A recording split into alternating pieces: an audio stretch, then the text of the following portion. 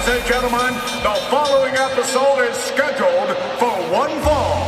Coming down the aisle are your hosts of In The Kliq, Baby Huey and Brandon Tanguma. What's up, everybody? Baby Huey here, and joining me once again is my tag team partner from the Bulletcast. It's Brandon. How's it going, man? Hi, Baby Huey. It's a pleasure. We tried to do an episode a couple weeks ago for my illustrious return, but we had some technical difficulties, so now we're back. I'm excited to talk some Revolution, some AEW. It's been a hell of a weekend here in the Bay Area. Yes, absolutely. And I do apologize once again. That was totally my fault. I thought it was something on your end. I remember you said something like my microphone didn't sound right. I was like, oh, maybe it's your end or your headphones or something. Like, I thought I had everything properly connected. It was totally my fault. My microphone somehow disconnected, and all the audio you heard and what was I ended up putting out there because I didn't want to throw away the episode completely. I said, I'll still release it.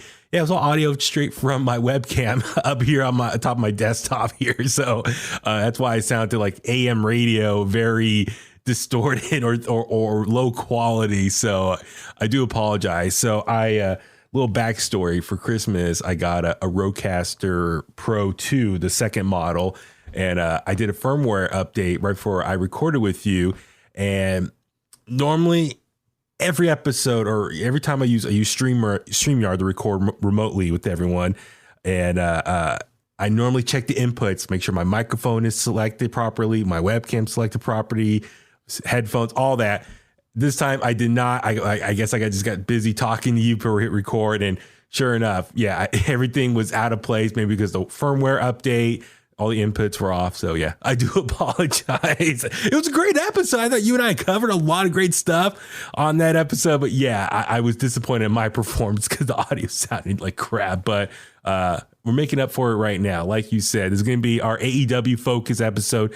We're going to talk Revolution that happened at the Chase Center in San Francisco, and we're going to talk about the Fallout episode of Dynamite this past week up at Golden One Center in Sacramento. So a lot of fun, a lot of stuff to talk about. And yes, I don't know about you, Brandon, I feel like I'm still recovering from, 5 days of nonstop wrestling here in the Bay Area. Last Wednesday had Dynamite at the Cow Palace, Rampage also at the Cow Palace that Friday night. In between, on Thursday, had Oasis Pro over at Gilman Brewing. Unfortunately, I couldn't make it to that one. Saturday, we had West Coast Pro Wrestling at the Irish Cultural Center in San Francisco. We were out there for that. And then Sunday, yeah, the big show, Revolution at the Chase Center. So I'm kind of curious your overall thoughts of just AEW finally popping its San Francisco cherry and coming to the Bay Area for 5 days worth of shows. Your overall takes of it. No, it was a fun time. I wasn't planning on going to the Dynamite or Rampage shows, but luckily I was able to get a ticket to go to Dynamite on Wednesday. So it was a fun time going back to the Cow Palace, as you know. APW ran some shows there, and it's a historic venue. And I kind of thought that's where AEW is just going to go regardless, because Cody had that connection to the Cow Palace. Like, oh, they'll be here, but now Cody's not there anymore, but they still came. So that was cool. And then, West Coast Pro on Saturday was one of the better, if not the best indie show I've been to. It's, if you guys don't know, it's very, well, if you don't know what like PWG is, like the super duper indies, bringing in like a lot of the big names and having like just very high impact, high fast paced matches. It was a really fun time. And then obviously Sunday Revolution kind of capped it all off. And yeah, I mean, as you said, I've been waiting for this. I mean, tickets went on sale like back in December, and we kind of knew this was taken on like back in November. So it's been waiting for a long time. And even before that, we did some for the Bulletcast. We did some things before that. So March or February going into March was kind of a loaded month, and now it's all over. And I don't know what to do with myself anymore. I know, me too. Like the last couple of days, I've just been recovering, trying to rest where I can, and then I'm still like, like, what do I do with myself now? I'm just like, oh man, it's come and gone just like that. Wham, bam, thank you, man. But we do have WrestleMania coming up in a few weeks, and we got a lot of other stuff to look forward to throughout the summer. It's still exciting times, but yeah, I do need this time though to decompress. Like, I don't plan on doing much this coming weekend. I just want to relax and take it easy. It was on the go a lot, driving back and forth to the Cap House. But yes, I'm with you. I do have a lot of nostalgic love for the Cap House, legendary venue. And like that was my first wrestling show. I saw Hogan versus Slaughter. My parents took my brother and I. And then, as you said, APW a few years ago. Did a couple shows there that were incredible, so much fun. So I definitely have a special place in my heart for the Cap House, for pro wrestling. I know it's a little bit older, and it's been around for a long time. It has its wear and tear, but it still has a special place. And I could see past some of that older, the older presentation of it, and still love it. But then when you get to Chase Center, like, wow, like this is the future of sporting arena. So definitely it was a cool, just overall experience nonetheless. So I'm glad AEW ran at the Cap House. I know one of the guys at the Cap House who's a listener, he was trying for years to get them there, and they finally said they were going to come through. And so I'm glad they came back there, or excuse me, they made their debut there. And hopefully they come back there one more time at some point in the near future, which I will touch on that in a little bit in the media scrum. Had one question about that, but I'm with you. So much fun.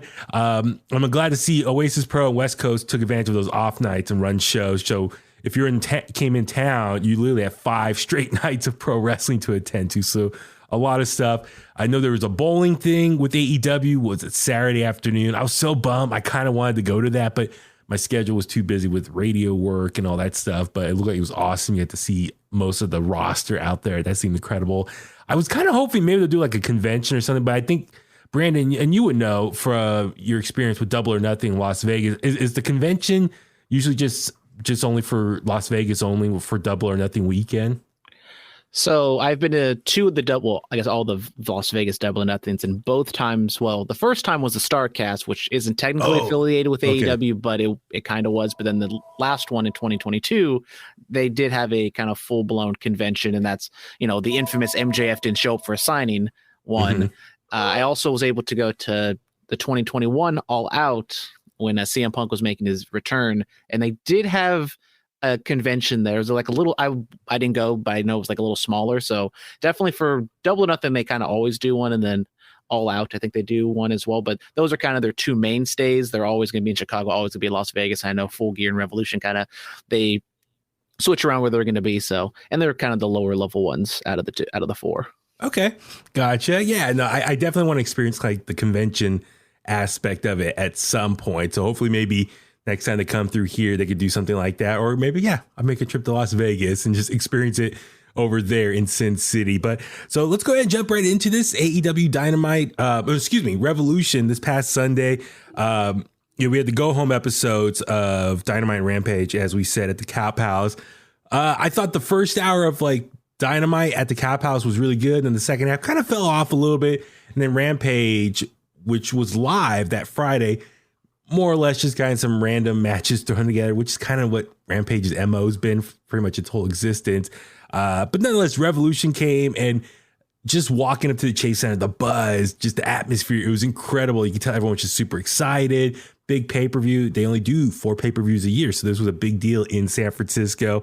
And so I think the whole wrestling community here in Northern California came out. A lot of people flew in, traveled in as well. That's always exciting just to see other people come to our hometown and us representing. So the show started with 0 Hour and kind of like a last minute match. I think it was announced Friday. It was Mark Briscoe and the Lucha Brothers taking on pretty much Mark Sterling's crew of I had it. Where did it go? Ari Daivari and Josh Woods and Tony Nese.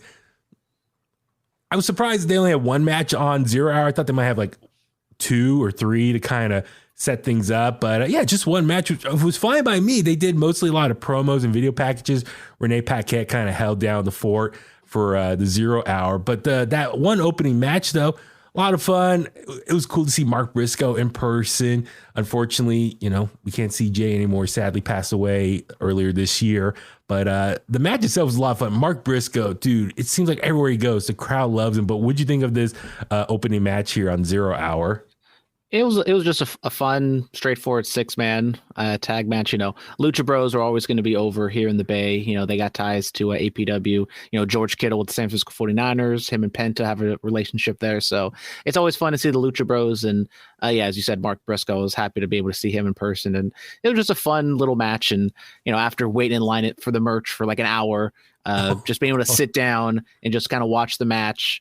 It was, just kind of a fun kind of chill out time. And where I was sitting, we were kind of next to one of those lounges. So we just kind of sat down, watched the match, and then left and kind of hung out in the lounge again for the next half hour. Because this match was relatively early in the 1 hour time span. And you said only one match. And I'm fine with that. I think we'll go on deeper into it. But I thought the pacing and the structure of this show was fantastic. Okay, cool. Yeah. Just seen, I've seen, a few Mark Briscoe matches over the years. I do know his body of work, obviously, in ROH, legendary tag team with his brother, the Briscoes. But, just the way he's kind of presented, I think he could be a really awesome baby face, like blue collar, hardworking, the everyday person, mentality. I really hope they do some fun things with Mark Briscoe in the near future. Like, I think he could maybe be like this generation's Mick Foley, like someone that seems like an underdog. He doesn't have like the best physique or look or whatever, but he comes off so relatable. I think something like that. And that's something I kind of thought Eddie Kingston would be, and Eddie Kingston has some of that characteristics with his time in AEW so far. But Mark Briscoe, I think he can be a really amazing baby face, whether he just stays in ROH completely or maybe moves over to AEW more often. But I'm definitely going to keep an eye out on Mark Briscoe in 2023 to kind of see how he's presented his character development. I'm really excited about all that. So yes, as you said, the baby faces went over here, Mark Briscoe and the Lucha Brothers, which at this time, I'm kind of curious what they're going to do with the tag team titles for ROH. Mark Briscoe still has his. So I don't know if they. So everybody, if you're listening to this, and I know there's a bunch of big ROH fans, all 10,000 of you guys. Yes. So and spoilers incoming, but they are going to have a ladder match at Supercard of Honor WrestleMania weekend. For the tag titles. We don't know if Mark's going to be involved, but that is going to be the way to determine the tag champions. Okay, awesome. Was that announced on Honor Club last week? I think so. I saw something. I think it might have been like something they taped. Okay, gotcha. Yeah. Yeah, they taped a bunch of episodes a couple weekends ago. So yeah, I'm sure. Yeah, that came out with spoilers and whatnot. So, okay, let's jump into the main show. So I was actually kind of surprised with the opener here. Ricky Starks taking on my celebrity best friend of the show, Chris Jericho. And this match, I was surprised like how simple it was as far as execution. It wasn't overly booked or anything. Granted, I know the stipulation going into this, which Ricky Starks kind of hooked Chris Jericho in on the couple weeks prior on Dynamite, but JAS were banned from ringside, so they're not allowed to come out, interfere, even though Sammy Guevara did come at the end, which we'll talk about the finish in a second. But it was pretty much a straight up wrestling match, and I was kind of surprised they went early on the card, but overall, I thought it was a pretty decent opener here. What do you think?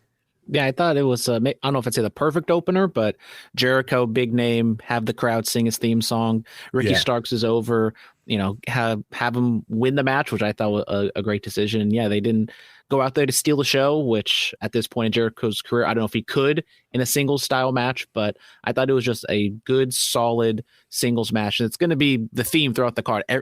There's a couple things I thought were really good and everything else just kind of good, but there was nothing bad on this show. Yeah. So the finish here, I mean, they were going back and forth, slugging it out, and then Sammy Guevara ran down to the ring, which was like, whoa, wait a sec. No members of JAS are allowed there, but Action Andretti came out of nowhere with a hood on, tackled him, and prevented him from coming into the ring. And then the ref was distracted by Guevara, and then while they were brawling outside, Jericho cracked his bat over Ricky Starks, but it didn't went for the juice effect, but Ricky blocked it, and then Ricky Starks nailed Jericho with the Rochambeau and pinned him. So big win for Ricky Starks, and I'm kind of excited to see where he goes next. So I did the media scrum after the show, and he was one of the three wrestlers who came down after and spoke. And man, if you have a chance, so subscribe to In The Kliq's YouTube page. I uploaded all the footage that I recorded from that media scrum up there. Watch the Ricky Starks one. Just long story short, he just sums up that he kind of lost his confidence a few months ago, just got it back. He's feeling good about where he's going to go, and I expect big things for him in 2023. And I think he could be a really big baby face for the company, main eventer. And he did touch on, him and MJF had that quick program, I think end of last year. And I myself and a lot of people were kind of hoping we could go on a little longer. It felt kind of rushed. Early prediction, I'm calling it now here on March 9th. Let's say MJF is champion throughout this year. I'm sure he's going to hold it hostage in the storyline. Is he going to leave in 2024 as a free agent with the title with him? I predict maybe Ricky Starks is going to be the one to dethrone him, and they can revisit their storyline 1 year later. So that's one early prediction I have. So I don't know. You brought his name up earlier, kind of in a throwaway line, but I've been saying this for weeks and months. Eddie Kingston's my pick to be the one to dethrone MJF. Okay, good. All right. I like that too. Eddie Kingston, doing things over in ROH right now. He quit AEW, which is funny. He's still with the company technically because they own ROH, but anyway, don't get caught up in the weeds on that one. But so no, Ricky Starks, I'm excited to see what he's going to do next with him. Over on Dynamite, though, we did see him come out. Let's see. I had it here. Oh, he came to the ring and he cuts a great promo. Lights go out. Bullet Club logo appears on the big screen. And everyone, I don't know about you, Brandon, I thought that was Jay White going to come out. I was like, oh my God, they got Jay White. But sure enough, it was Juice Robinson. So I guess he's back in Bullet Club, comes out and attacks him. So how do you think about this new angle that looks like Ricky Starks is going to be going off into? Week one, I don't want to jump ahead too far, but I think it is kind of a step down for Ricky Starks, beating Jericho. You think, okay, he beat Jericho. He can go off into the next level, maybe MJF or someone even higher than that. And then now it's Juice Robinson. And no disrespect to Juice. Like, I think he does really good work over in New Japan, but he just hasn't really gotten that shine in AEW. Yeah. So I don't know. Like, if it's just kind of a way to get like a couple good TV matches and Ricky beats him and he moves on to something better for Double or Nothing, because we are almost 2 months away, so it's going to be hard to fill that much TV time. I'm fine with that, but I agree. The tease of possibly Jay White when it wasn't the right Jay White music, it's just the regular basic Bullet Club theme. Yeah, it's the whole thing. Yeah, so you're right though. I think him versus Juice Robinson, it's a good veteran for him to face and do probably a couple weeks worth of programming with. And then have a big match and Ricky gets the win. So it's just get another win under his belt and probably start building him up for something big down the line. So yeah, I think that's ultimately what this is going to be. So next up was the last burial match, Jungle Boy taking on Christian Cage. And this kind of came up out of nowhere as far as this stipulation. I think it was on Dynamite. Christian Cage came out, cut out this great promo at the Cow Pals with Renee, and all of a sudden we had this video package of Jack Perry, and he has a shovel and he's like, it looks like in a cemetery digging up, dirt in the ground at a grave site.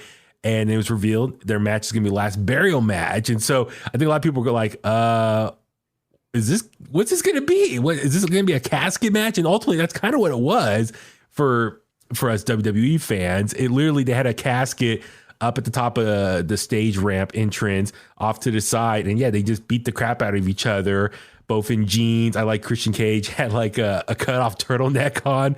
And the point being, you throw your opponent in the casket, close the door, and you win. So I thought this was a big match for Jungle Boy just to kind of reestablish him. I know this feud's kind of been ongoing for months now. There was a lot of downtime because Christian was out injured. But in the last couple weeks to kind of revisit this once he got healthy again. So it was the last one, the last match between the two of them. But how do you think this match came out? I thought the match was fine. Jungle Boy has his Bay Area ties, but maybe he wasn't as over as maybe I thought he was going to be. Okay. Like Will Hobbs, obviously, I think he got a much bigger reception than Jungle Boy did. But the match was like fine, a brawl, a little hardcore stuff. And as you said, the injury to Christian Cage, I think, derailed the Jungle Boy journey just a little bit, because this match probably should have taken place, like 4 or 5 months ago. And now we're finally finishing it. I like the finish, finally we get the concerto, and I guess Jungle Boy's a jungle man now. And I did think the closing of the casket and then Christian just like falls down in the puff of smoke was a little comedic. Like I got a chuckle out of that, and I don't think that's what they were going for, but it is what it is. I remember I was watching it, from my seat. I think you and I were directly across each other from the arena. And from my angle, it reminded me of In Your House, Buried Alive with Taker and stuff. That's how Brian Tronick was over one section. I texted him, I was like, dude, this reminds me like In Your House, like 1995 or something. So it was just, it kind of had an interesting look to it. But nonetheless, it was pretty interesting or cool when Jungle Boy finally got Christian in there, slammed the door. It fell right down, a little smoke, like puffed out. But no, overall, I'm very happy for Jungle Boy. Get the win here. And now I want to see where he goes next. Jungle Boy is one of the pillars of AEW, one of the young talents that they signed from day one. I know he was with, Luchasaurus for a long time. Lucha, wait, it's not Luchasaurus, right? Jurassic Express, sorry. They were a tag team for a long time. I want to see him really break out in a singles run and see where he can accomplish. I mean, who knows? Maybe that could be another person that can be elevated to the main event scene, hopefully maybe by end of this year, and could be another pillar type person from the roster that can go after MJF. So maybe that story towards the end, kayfabe of MJF's contract, and is he threatening to walk away as champion, go to the other company? Maybe another pillar member from the roster could be the one to save AEW and get the title back from him. So maybe Jungle Boy could be another person. So I like that. You and I are kind of throwing it out there. Ricky Starks, Eddie Kingston. Yeah, maybe Jungle Boy. One of them, I think, should be the one to maybe really go after MJF towards maybe the end of his title reign at some point. So yeah, we'll see how that goes. During his little hiatus, when he, was teamed with when Jungle Hook was a thing for like 3 weeks, he said he was going to go off and win a singles title. So I don't think that means technically it has to be the world title, but Will Hobbs, Powerhouse Hobbs, just won the title. That's a good, the only heel outside of MJF that has the title, because I don't think he's gonna take it from Orange Cassidy or anything like that. There's so many singles titles to go around. I think Jungle Boy can find one. Exactly. Next up, it was the AEW World Trios Championship match, and this was the Elite taking on House of Black, a match that the build was kind of lackluster or lack of.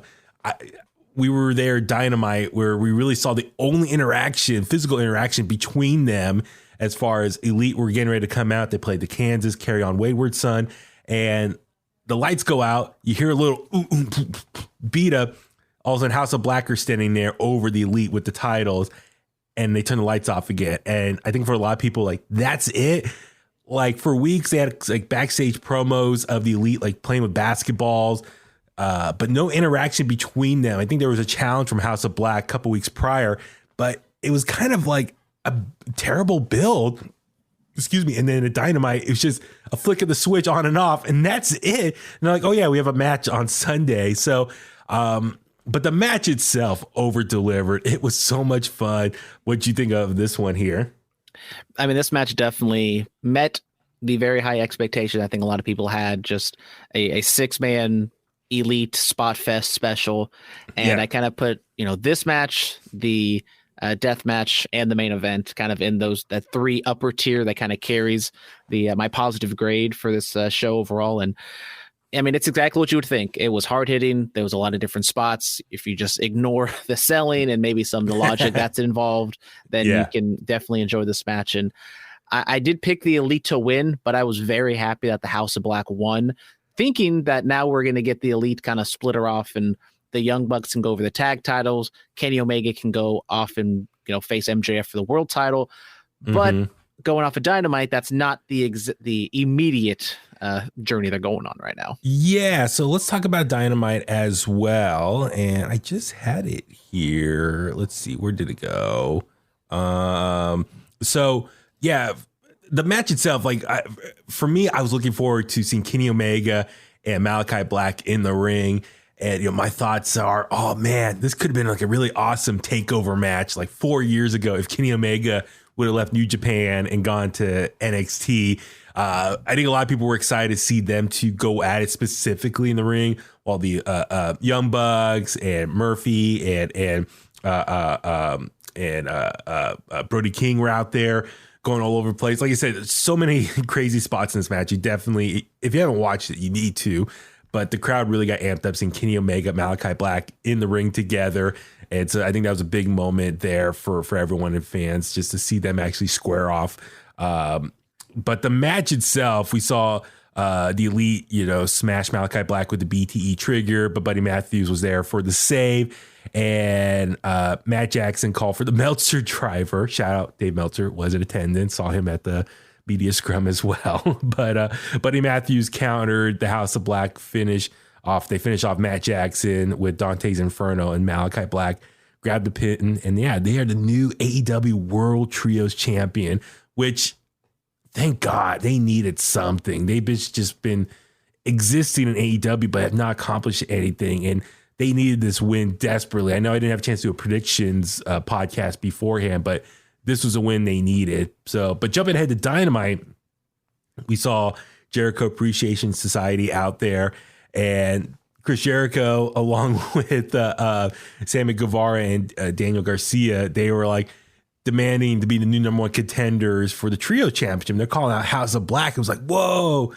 All right, here we go. And then sure enough, the Elite come out and they're like, no, we want our rematch. Don Callis grabs the mic and said, no, the Elite deserves a rematch. And sure enough, House of Black shows up, and it was announced that they're going to have a triple threat trios match in Winnipeg next week. So kind of cool for Chris Jericho, Kenny Omega, and Don Callis, all from Winnipeg. So Brandon, your thoughts on that match and any early predictions how it's going to go? Once again, I just hope the Elite don't win because I don't want them stuck in the trios division for long. But yeah, I mean, it's fine. I think maybe it would have been cool if we got just the Winnipeg battle of Kenny Omega and Chris Jericho there. But yeah, if we're just kind of getting this out of the way for the Elite can kind of get their rematch and get out, like cool. But 9 people in there. I don't think it's going to be as over the top as the Revolution match was going to be, but okay. I mean, it should be definitely a fun match because who's the tag with Jericho? It's Garcia and Guevara, right? Yeah. So on Dynamite, it was them versus Top Flight AR Fox. So yeah, they defeated them. So Chris Jericho, Garcia, and Guevara. So yeah, it's going to be a spot fest and Chris Jericho pretty much. Yes, exactly. But I know I was kind of hoping with the Winnipeg date coming up, I was kind of hoping they were going to run it back from the Tokyo Dome, Jericho versus Kenny Omega, just one-on-one in front of the Winnipeg hometown crowd. But we got this instead, which is a little fun. I can see Jericho, hey, he worked a singles match with Ricky Starks on Sunday, did this trios match here, and, it's probably a little bit easier for him, less wear and tear on the body. The 2 younger guys can go out there and do most of the work, and he can come out and sing along with the hometown Winnipeg crowd. So I'm excited to see how this goes, but I have a feeling House of Black should retain. Absolutely just won the title. So I could see Jericho Appreciation Society and the Elite kind of eliminating each other, and House of Black can easily just pick up the win from there. So I'm looking forward to, Dynamite next week. Next up after that was the AEW Women's World Championship match. So Jamie Hayter defending against Ruby Soho and Saraya. Now, the story here, obviously, you got like Saraya and Toni Storm, who kind of everyone's calling them like the female outsiders, aka former WWE employees in AEW, like Hall and Nash and WCW back in the day. You got Jamie Hayter, who's one of the homegrown talent in AEW, who's the current champion. You got Ruby Soho, who's kind of like torn, or like people are questioning which side is she on, aligned with. She's been in AEW for a while now, so is she aligned with the AEW originals? Or since she technically did come from WWE, will she align with Saraya and Toni Storm? That's kind of been the main story going into this, along with a lot of green spray paint. But the match itself was pretty fun. Jamie Hayter, I like the orange colors. As a San Francisco Giants fan, she did represent a little bit. I know she had like a little purple trim in there as well, I think, in her outfit. But and as an Oakland A's fan, I like the green spray paint. Okay, there you go. But the match itself, I mean, Jamie Hayter, once again, proving she's probably one of the hardest hitters in all of pro wrestling. But this match was a lot of fun. What'd you think? It was a good match. I mean, they were kind of put in an awkward spot trying to follow that trios match, but I thought as I said, the pacing of the show I thought was fantastic. They put, they spread out those kind of big 3 matches so the crowd can get up, and they put some matches where the crowd kind of come down a little bit. But the crowd, as you said, they like Jimmy Hayter. They, ambivalent, I think, about Saraya, and then they like singing a Ruby Soho song and they like her. But yeah, the match was fine. I know it's not very a high bar, but I thought Saraya, this might have been one of her best in-ring performances for AEW so far. So I thought that was good. And then the finish and kind of the ending sequence with Ruby, being with Hayter, but then turning on her at the end didn't make a whole lot of sense. Like, it kind of was like a swerve for the sake of being a swerve. But luckily at Dynamite, she cut a promo, and I think she explained it to the best that she could. Because I think, in a bubble, just looking at what happened at Revolution, it didn't make a lot of sense. But when she cut that promo later, it did make a little bit more sense. Yeah, so the finish of the match just kind of came out of nowhere, and myself included, a lot of people were just like, oh, that's it? So, Ruby drilled Saraya with Destination Unknown, but Jamie was there to break it up, and then Ruby went for a kick up. Hayter ducked it and actually rolled up Ruby for the win. And like I said, a lot of people were just kind of shocked, like, oh, that's suddenly it? Like, out of nowhere, the most devastating move in all pro wrestling, the roll-up pin. But, like, that's it? And then Toni Storm jumped in the ring, and they, beat down Hayter. And then sure enough, Ruby Soho comes in and, kicks Jamie and officially aligns with Saraya and Toni Storm and beat down Hayter and Britt Baker and, spray paint them and walk away. So I was kind of confused. So before Dynamite, I was still processing this. I'm like, it doesn't make sense. Like, you were just in a match with Saraya and Jamie Hayter. You were beating up both of them, and then all of a sudden you're going to align with one of them that was beating you up like 2 minutes ago. It's still kind of confusing to me. This didn't really make sense. Didn't she clear the ring before she kicked Jamie Hayter? Yeah. Like she cleared Toni Storm and Saraya of the ring, so she attacked them, quote unquote. Yeah, before she attacked Hayter. Yeah, so I'm just taken aback by all this. Like, your motivation, you just on a dime just decide, okay, we were beating each other up, for the last 10, 15 minutes, but I'll join with you guys now. I know some people are trying to rationalize it, saying, oh, well, by being a heel, she gets more opportunities for future title shots, because if she lines with Jamie Hayter and is her friend, Jamie Hayter's not going to give her a title shot. So by being a heel, it works better for her strategy for winning a title. But on Dynamite this week, she did have a segment with Renee in the ring, kind of explain her actions. What's your thoughts on this as far as defending her actions? He pretty much said, I came in here, you guys cheered for me, but then you quickly turned on me. Same for Saraya, same for Toni Storm. She cut your basic "you people" promo, which is one of the oldest, go-to excuses for people, cutting a promo there. But what'd you think of her reasoning for turning heel and joining the Outsiders, being the third woman, brother?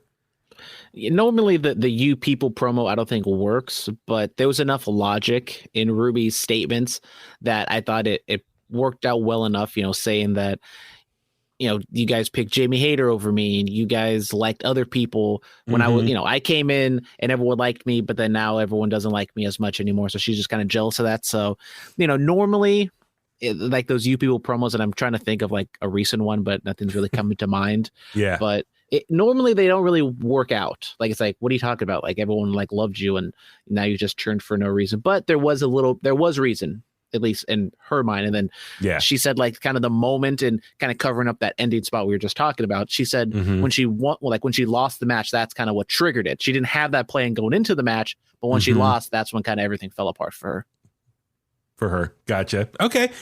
Next up was the Texas Death Match, Jon Moxley versus Hangman Adam Page. And this has kind of been brewing for the last couple months. They've been going back and forth, going back when Moxley knocked out Hangman for real, concussed him. Then he came back, got a big win over Moxley. So this was kind of the rubber match between the two of them. And dude, at the Cow Palace, that Dynamite episode, dude, that promo Moxley cut with backstage when he was bleeding and it was so good. Just the intensity just got me amped up for this match. And I'm not a big hardcore weapons match fan.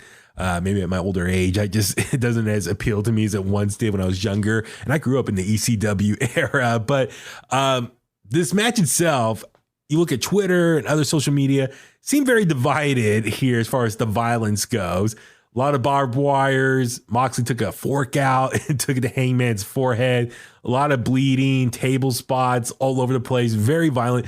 Bricks, using bricks to smash each other's hands. Moxley one time did a curb stomp and the crowd started cheering Seth Rollins' theme song. If you're a fan of like death matches or violent matches, this definitely was awesome. So how'd you think being in there in person, how'd you feel about the whole thing? I'm right there with you. I'm not the biggest death match hardcore type of guy.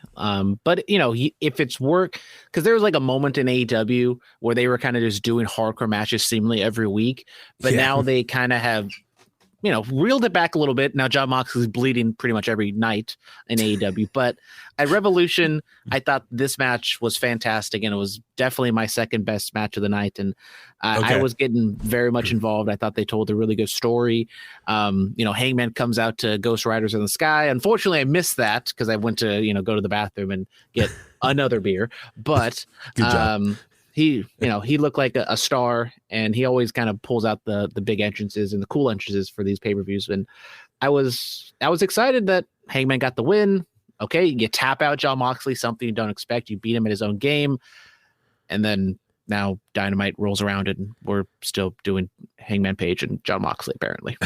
Yeah, so first off, shout out AEW for embracing classic rock as far as with Hangman, also the Elite using Kansas, and also Orange Cassidy, little starship there in the past or to this point. The finish, though, was interesting as far as, Hangman wrapping Moxley in a chain and like choking him on the rope, almost like hanging him a little bit, hanging him, and Moxley tapped out.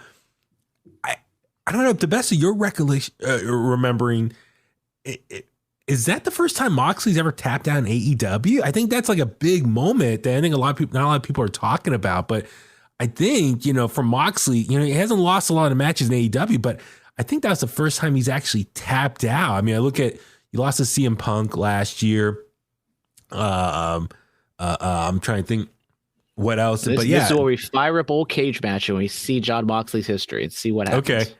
Okay. So as you look that up, so for seeing Moxley tap out, that was pretty shocking. And also Hangman, isn't Hangman, I think technically 2-0 or 3-0 in death or Texas death matches, and Moxley's like 1-2 now in AEW, I want to say. So Moxley, I think, has a losing record. Correct me if I'm wrong, but I think he has a losing record now in those type of matches because he lost to Lance Archer at one point.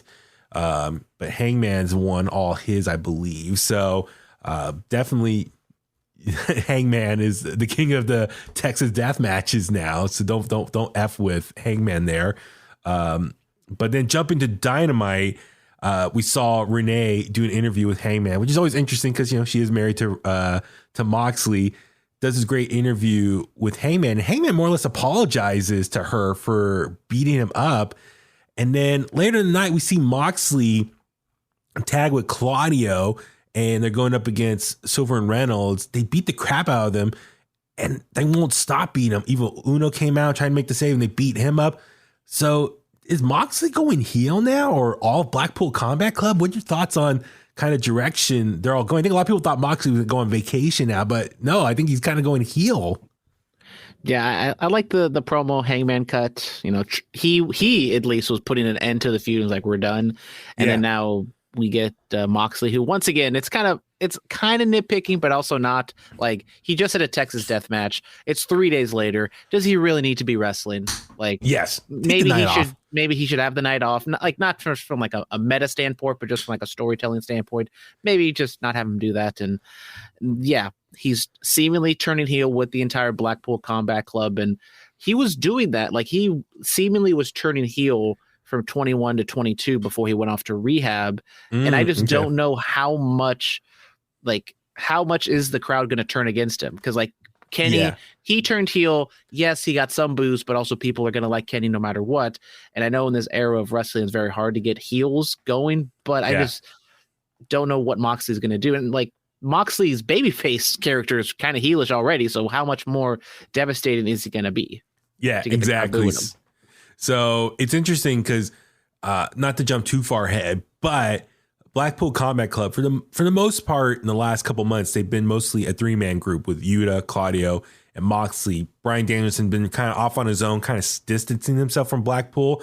He's very much hardcore babyface right now, and so I think that's by design, keeping him away from them, which will kind of go with where's Bryan Danielson go from here in a second. But so next up was the TNT Championship match at Revolution. So King of Television, Samoa Joe taking on Wardlow. I was kind of checking out some other people's reviews and thoughts on this, and I think the general consensus is this is probably the weakest match of the night. While I love Samoa Joe, he was pretty dominant here. Wardlow, as far as probably the next big thing for AEW, he didn't seem to really stand out this much that much in this match. How do you think this whole match turned out here? Hey, I agree with those people. This was my kind of least favorite match of the night. Once again, kind of a come down match from the Texas Death Match. Yeah, the two beefy men bumping meat match, and yeah, I mean, I think you could have gone either way, especially with Powerhouse Hobbs sitting in the rafters or sitting in the luxury box waiting for Wednesday. But that was cool. Yeah. It was a cool little visual, but yeah, it just didn't really work. This could have been like a TV match or something like that, and the crowd wasn't really into it. And yeah, not really much to say. It was fine. As I said, nothing was bad on this show, but this was definitely kind of the weakest out of everything. It was shocking to finish though. Wardlow choked out Samoa Joe for the win. So that was kind of interesting to see Wardlow pick up a win by submission over Samoa Joe, making him tap out. Samoa Joe doesn't normally do that. So afterwards, we call it the media scrum after the show, Wardlow was one of the other people that came in with the title, all happy, celebrating, and excited for what's next with him. During the media scrum, Powerhouse Hobbs came in barging in the room, had his, Sonic the Hedgehog golden ring with him, the face of the Revolution ladder match winner. Oh, which, by the way, I haven't touched on that. He won the face of the Revolution ladder match on Wednesday at the Cow Palace. Awesome moment for Will. Normally that match is on the pay-per-view, but since they had the Iron Man match, they put some matches on Dynamite. Very happy for Will in front of the hometown crowd to get that big star-making moment here. So shout out to him. But because he won that, he gets an automatic TNT Championship match. And I was shocked that it was going to be just the following week. So for Wardlow, not a lot of time to rest or celebrate winning the title. He had to defend it 3 days later. But Powerhouse Hobbs, when he came in that media room, was like, whoa, he means business here. He was like calling him out to be ready this Wednesday. So, for the match itself, like you said, for Wardlow, it's kind of shocking, or not shocking, excuse me. It was kind of a flat match overall, but the big story was afterwards. Was it Tuesday or Tuesday? Wardlow posted a video on Twitter that someone broke into his car, stole all his luggage, all his personal items, including the TNT Championship, all his ring gear. It sucks. Do we know where he was parked at all? Was that ever revealed? I think a lot of people are trying to say, but I guess he didn't get the memo, the Bay Area memo that you don't leave your stuff in the car.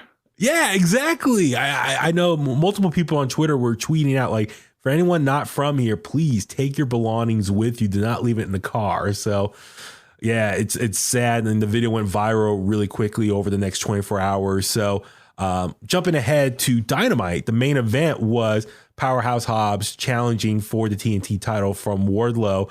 And I kind of like how they kind of did a little course correction here, since Wardlow realistically didn't have any of his ring gear. It was all stolen. They decided to make it a false count anywhere. And so with that being said, he was able to dress the part with black jeans and just a regular black shirt, kind of like street fighting clothes, and same for Powerhouse Hobbs. How'd you think kind of they a little detour there? I think the match stipulation was fine. Got to work with what you got. So having a kind of a street fight, it was good. The match itself was okay. I don't know if we're going to get too much into the match itself. I hated the finish. Why is QT Marshall helping out Powerhouse Hobbs after all this? And yeah, Wardlow, I don't know what they're doing with Wardlow. You build him up a little bit and then you put him in this awkward position to lose the title 3 days into a reign. And ever since he beat MJF at Double or Nothing last year, it's just kind of all been downhill from here. Yeah, and that's the thing they brought up in the media scrum. It's okay, a year ago, you were the hottest thing in AEW, and now, here we are, you're not in that same position. And so he said, like, he wants to rebuild everything and get back to that point. And now in the last 3 days, they kind of deflated him again. So yeah, he had the match with Powerhouse Hobbs, fun main event there, like beating the crap out of each other all over the arena. I enjoyed it, but yeah, sure enough, the finish saw QT Marshall come out, beat up Wardlow with the chair, and then Powerhouse Hobbs power slam Wardlow through the outside table right there. I guess definitely not a crash pad. Definitely not a crash pad. It almost, Tony Schiavone said Wardlow almost broke his back. Yes. It was devastating. Yes. So yeah, it was. So yeah, the both of them, Hobbs and QT, powerbomb Wardlow off the stage there. But yeah, it was. Yeah, it was like cardboard and a lot of padding. So, and it didn't really like break down that hard. It looked like a soft cushion landing, but it didn't really like break to have like a big wow, oh my God moment right there. But yeah, and then Excalibur was trying to do his best to explain why QT would help him. I guess going back when QT and Ricky Starks were feuding, Hobbs came to QT's help, and QT always appreciated that and said, I owe you one. And so he cashed in his favor to help Will win this match here and become new TNT champion. So Wardlow only had a 3-day title reign. Hobbs is now the new TNT champion, which I'm very happy. All of us here in the Bay Area who grew up watching him or seeing him wrestle for a long time in APW and other promotions in the Bay Area, we're extremely happy for him to get his biggest title of his career to date. But yeah, to align himself with QT Marshall, I don't know if that's a great move. QT and the Factory have been one of the least popular factions in AEW. So I don't know. What do you think about that pairing for right now? I don't. I mean, the pairing itself, like maybe they can sway me on it, but the finish, I thought it was just so flat and so deflating. And I think this is almost a problem with AEW is like when it comes to heels winning, they always need to have some sort of out, some sort of cheating. Like, yes, heels should be cheating to win most of the time, but also like they should be able to beat a babyface clean. Not saying Powerhouse Hobbs need to do this here, but like QT Marshall is one of the most low level guys you have on the roster, and you're going to have him beat Wardlow, and Powerhouse Hobbs just barely skirts by. Like, I thought they could have done that a little bit differently. And like, I do want AEW to explain some of the backstory more often. And credit to the announcers, like they, as you said, they were trying to fit however like a year's worth of stuff in like 10 seconds. But yeah, I do want to shout out John LaRocca, friend of the show, former booker for APW. He did tweet out something earlier, which I think kind of explains why maybe a lot of people were upset. So he said, let's take a look at the booking of Wardlow versus Hobbs. Wardlow babyface makes the match falls count anywhere. No rules. Hobbs wins when QT, per stipulation, legally interferes to helps Hobbs win. No heat is on Hobbs because he won within the rules. So the booking established 1, Wardlow is a dumb babyface. No heat is put on Hobbs because he won within the rules Wardlow wanted. Hobbs doesn't get over because he needed QT to win. Hobbs is built up like a badass, but now he needs help to win. You will say Hobbs is a heel, so that's why he cheated. This would have generated heat if 1, Wardlow was over. He's been ice cold as of late because he just came back. He was gone for a couple months after he got his haircut from Samoa Joe. 2, QT generated money drawing heat. QT generates go away heat. So that's LaRocca explaining. He doesn't have the good heat. He has the bad heat, the go away heat. QT will be in albatross on Hobbs. Hobbs should have beat Samoa Joe clean in the middle. Samoa Joe had heat. Samoa Joe was over. Wardlow has been ice cold since he feuded with Mark Sterling and the booking of his lackluster first title reign as TNT champion. Hobbs deserved better. So LaRocca coming kind of defense of Hobbs of just kind of the bad booking for this, which I do agree. It's like what was the point of Wardlow beating Samoa Joe and then 3 days later dropped the belt? Maybe Hobbs should have been in that position instead, but I get it. It's heel versus heel then in that situation. So I don't know. I hope Wardlow goes off to maybe something better now at this point. I don't know where they go though. I'm just kind of like, I don't know. We'll see. It's we'll see how this plays out. I think here. At this point, maybe just cut your losses, just have Wardlow go back to being a heel. I just think that's at this point he's much more suited to be a heel. Yeah. And as I said, like, you need heels for AEW, and I think he's a guy that people aren't gonna bat an eye at and start booing if you tell them to. Yeah. So we'll see how it goes. So after that, it was the tag team championship match. So it was a fatal 4-way.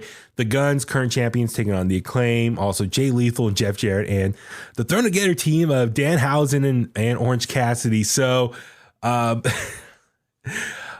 was kind of like going into this, be like, I mean, the Guns, I think, are cool, kind of like that, they're the heels that everyone hates. They're just so annoying. The Acclaim, one of the most over acts in all the AEW, which I was kind of worried why they dropped the titles in the first place, but it kind of makes sense based on what's going on, who came back and all that. We'll get into that in a second. The team of Jay Lethal and Jeff Jarrett, why are these guys getting so many title opportunities? Like, it's Jeff Jarrett. He always gets title opportunities. Yeah, I mean, I know Jeff Jarrett's a legend. I love Jeff Jarrett. I loved him since I was a kid. But it's like, why they keep getting so many opportunities here? It's ridiculous.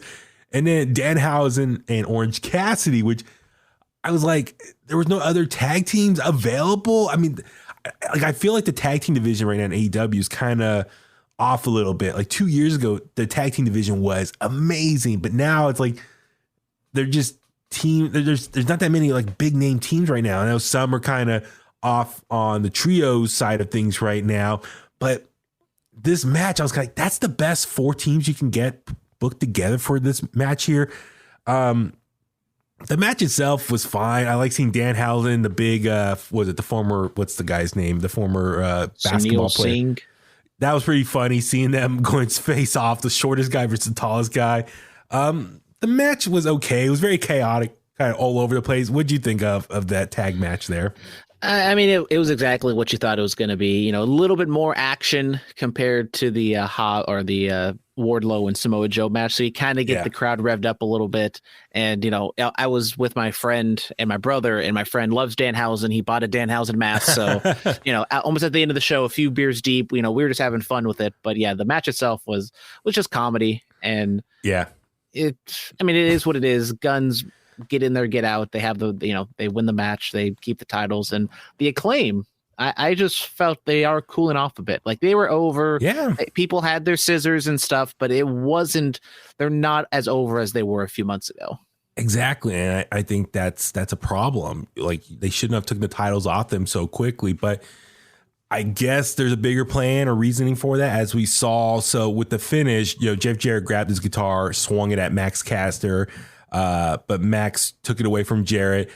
Before Max could use it, Ref Aubrey took it away. Jay Lethal hit Max with the Golden Globe, and then Austin Gunn grabbed a blind tag, and Danhausen tagged into the Guns drill Danhausen with the 310 to Yuma and pinned Danhausen. So Danhausen ultimately ate the pin. The Guns retain. They're celebrating. They had an interview in the ring post-match with Renee. Ultimately, this set up FTR, big return, come down to the ring and beat them up. And, looks like they're coming for revenge. So remember, back in December, the Guns took the titles, beat up FTR, and they went on. They were gone for a while, and they had like the funeral segment that their careers are done. So, and then jumping ahead to Dynamite, they cut a promo. FTR says like they're pretty much back for revenge, want those titles back. And so what'd you think of FTR back in AEW? And, obviously it makes sense the Guns having the tag titles right now for FTR. They ultimately get their revenge, you get the titles back. I'm happy FTR is back in AEW. Now, the internet also says that the contract situation still is the same. Their contracts might be up in a few months, so maybe this is just a way to, put the team over on the way out. But I was kind of hoping and expected FTR to show up after this match, just because of, as you said, kind of the connection that they have with the Guns when they left AEW originally. So I'm happy to see that. Then the promo they cut on Wednesday, overall, I was kind of down on it on Impact on Dynamite overall, but I thought this promo was very well done. FTR is so over. I mean, the crowd loved him.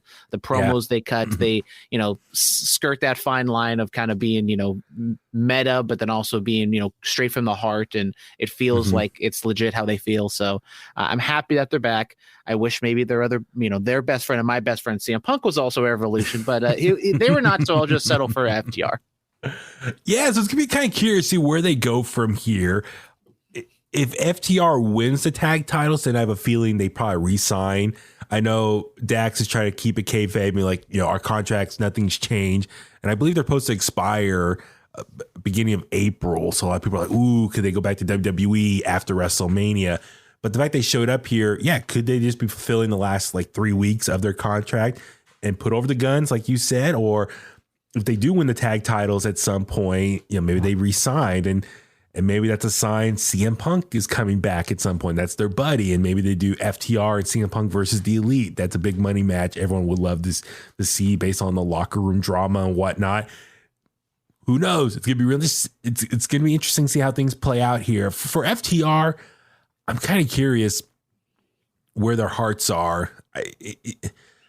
Staying with AEW, it's, less wear and tear on our body, less matches compared to the WWE schedule. And, for Dax, he can spend more time with his family, do more podcasting. But then again, I don't know if they get as much money compared to WWE. You can make the argument WWE tag team divisions improve, and maybe there's some new, fresh opportunities for them over there. And with Triple H in charge of creative, maybe they can kind of rekindle that NXT magic they once had. So I don't know what FTR's future is. For them, I just want them to be happy.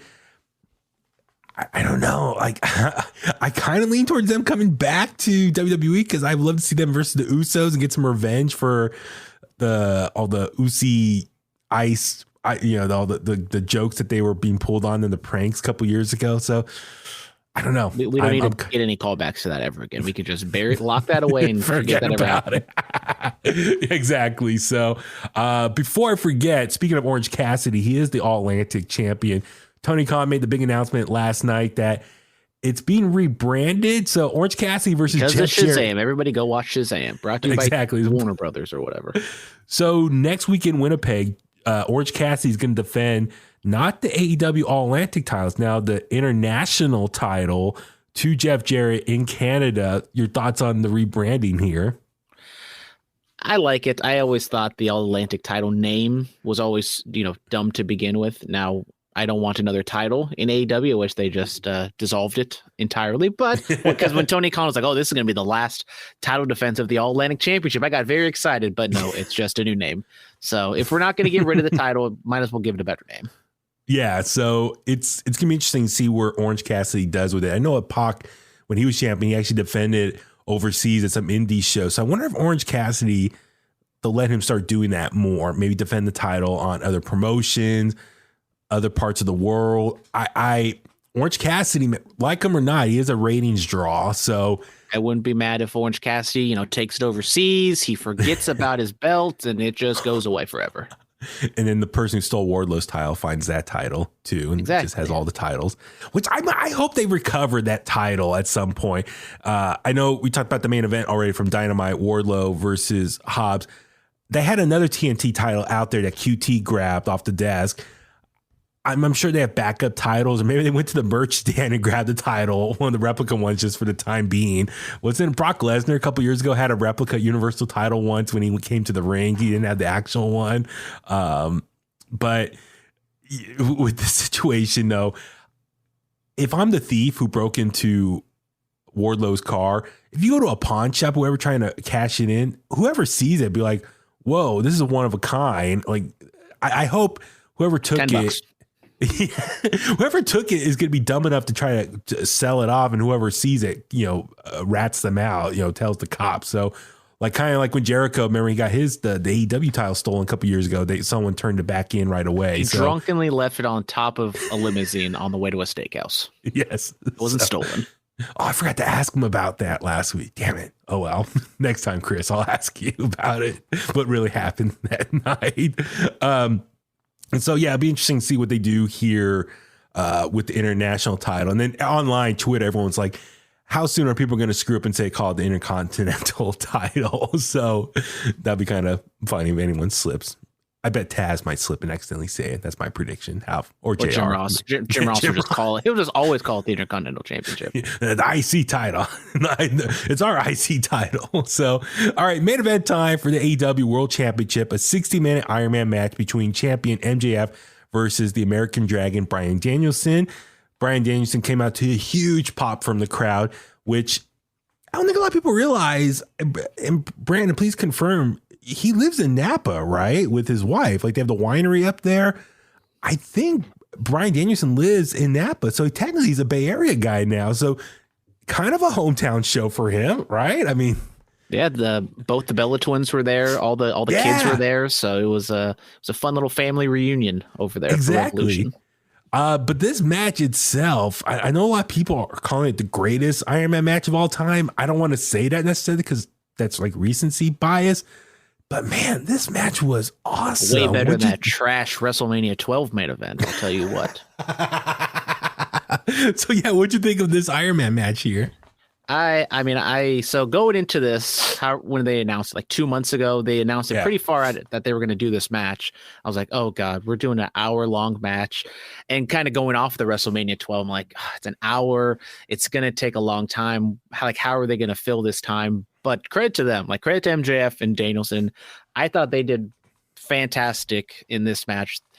Like they, killed a little bit of time early on, but from like the 45-minute to 40-minute in spot, they just kept going, and there was no real breathing, throughout that match, and it was fantastic. Now, I'm not going to sit here and say it was the best Iron Man match of all time. Definitely like the Brock Kurt one's up there, and there's probably some technically like the ROH matches were like just hour-long draws, but this one definitely I would say is up there, and I am kind of debated in my own head if this is like one of the greatest matches I've seen live.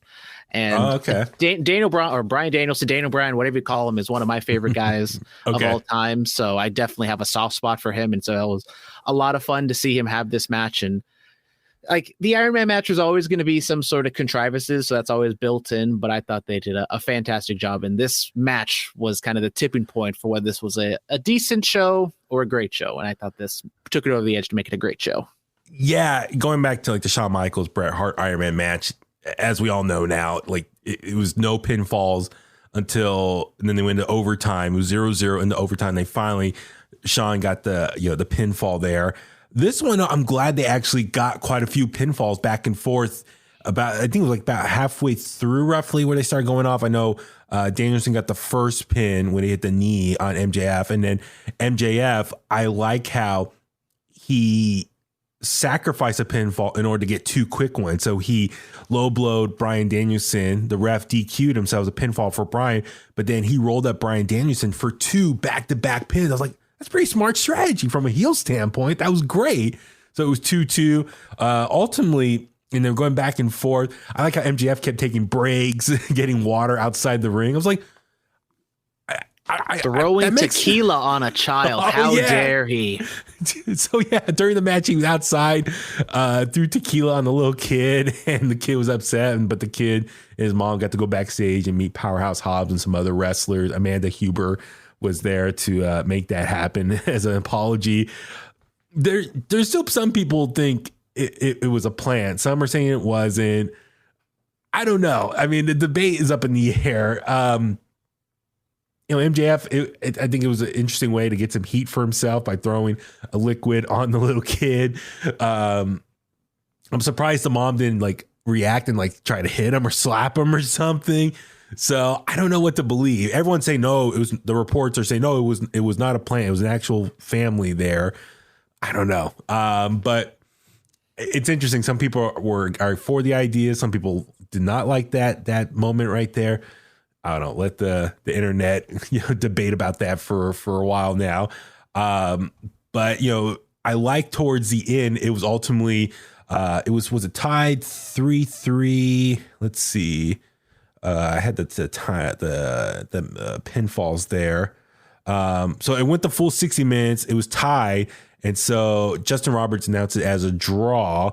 Tony Schiavone got word from Tony Khan over the headset, and he came down to the ring and said, And I like during that moment, MJF was like getting oxygen put on him and he was like heavy breathing. But Justin Roberts announced to Tony Khan said this match will not end in a draw. It would be sudden death and next fall win the match. And so MJF shoved the ref and the ref pushed him back.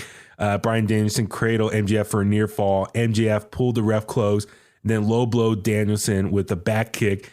MJF tried to pin, but Danielson kicked out. MJF was about to use the Dynamite ring when Danielson connected with the reverse Hurricanrana.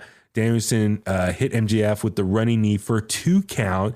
And then Bryan Danielson put MJF in a single leg crab submission. MJF grabbed the bottom rope and then tapped out. Danielson didn't see MJF grab the rope, only hearing the tap. MJF cracked Danielson with the oxygen tank, unbeknownst to the ref. And then MJF put Danielson in the label lock and Danielson finally tapped out. So what a dramatic ending there.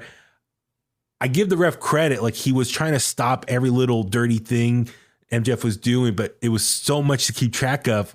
It was interesting. MJF finally used the oxygen tank to hit Bryan Danielson with it, which ultimately led to getting the win there. So how'd you think of that particular finish? Yeah, a lot of things going on in like the last 5 minutes or, the 5-minute overtime. The announcement of overtime, I wasn't the biggest fan of. I would say MJF's kind of low blow and then like 2 successive pinfalls afterwards, I wasn't a fan of because it was very confusing. Even I guess the commentators were also confused on what was going on. And like from a logical standpoint, like, why did MJF just keep doing that? Just trade one DQ for 2 pinfalls after that. But that's just nitpicking and thinking. But also, like, we've seen Iron Man matches end in draws before. Tony Khan, you don't think you should have saw this happening? And so I think that was also kind of built to kind of make Tony Khan the babyface and get this big pop for like, oh, Tony, yay, we love you. We're going to get more wrestling. So that was kind of like, okay, kind of roll my eyes at that. But yeah, the finishing sequence was a lot going on. I think the fake 2, drop the hand for 2 and then you Hulk up for 3. I think that's kind of an underutilized spot. And I think at that point, after over an hour, the crowd was definitely behind Danielson, even though if you asked pretty much everybody beforehand, they would have thought MJF was going to win. But in the moment, wrestling fans are going to believe Danielson's going to do it. So I thought it was all fun. Yeah. So what a finish there. Win to overtime. MJF wins. In the media scrum, he comes in. And you can watch the video clip. I put it on YouTube, and it's all over social media as well. But it's pretty much said, I'm the best in the world. I beat the guy who says he's the best in the world. I'm the best wrestler on the mic, in the ring, and just really trying to sell himself. And in the media scrub, he was bloody, beat up. He was eating pickles, so trying to poke fun at CM Punk's all out press conference where CM Punk was all beat up, bleeding, eating a muffin and drinking sparkling water. And so I like that little poke, that little dig there. So maybe foreshadowing if CM Punk ever comes back, maybe they can revisit their feud as well. But Bryan Danielson on Dynamite cut this promo after the match, and he just explained why he tapped out. Like, he was full of adrenaline, trying to fight MJF. But it came to a point where he realized, he couldn't feel his leg, couldn't feel his arm. And if he didn't tap out, he wouldn't be able to hold his kids anymore and just enjoy his life the way it is right now.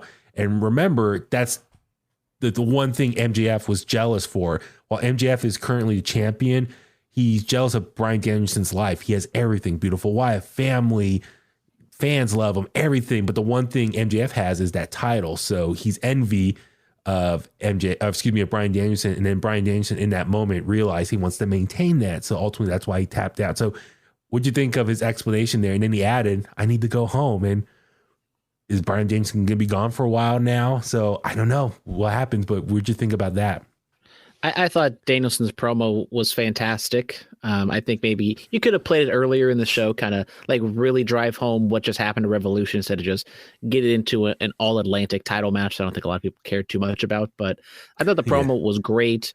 And going, just kind of ending it on that kind of question mark if he's going home. Oh, what does that mean? I don't think he's, quitting, going to WWE or anything like that. I think it's just kind of a little story. He'll be back in a little bit. 2 months away from Double or Nothing. Maybe he does something else. He finds another feud that way. But Yeah, I thought it was just a fantastic kind of sentimental babyface because, having a babyface losing promo is always kind of a hard thing to do. And I thought Danielson walked the line perfectly. Absolutely. So I imagine he's probably take a little time off, heal up, rest his body. And at the same time, like I said earlier, he's been distancing himself from the Blackpool Combat Club. So is this a sign? Blackpool Combat Club, the three of them are going to kind of go on this heel run. Maybe Bryan Danielson comes back and tries to confront him. Like, guys, what are you doing? This is not our purpose. This is not what William Regal wanted from us. And maybe that sets up a feud down the road, Bryan Danielson versus those guys at something, so he can go off on his own program outside of the main event world title picture scene there. So we'll see how it goes. So that was Revolution. Let me take a quick scan from Dynamite's results. I think we pretty much addressed all the major points there. Is there anything else from Dynamite that stood out for you? I think we got it all. Sky Blue lost to Ruby Soho.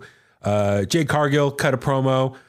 That was a big question mark. Everyone was like, why was she not part of Revolution? I get it. They had less matches because of the Iron Man match. It sucks for us hometown crowd. We didn't get to see Jade Cargill in person. I know she's a big star there.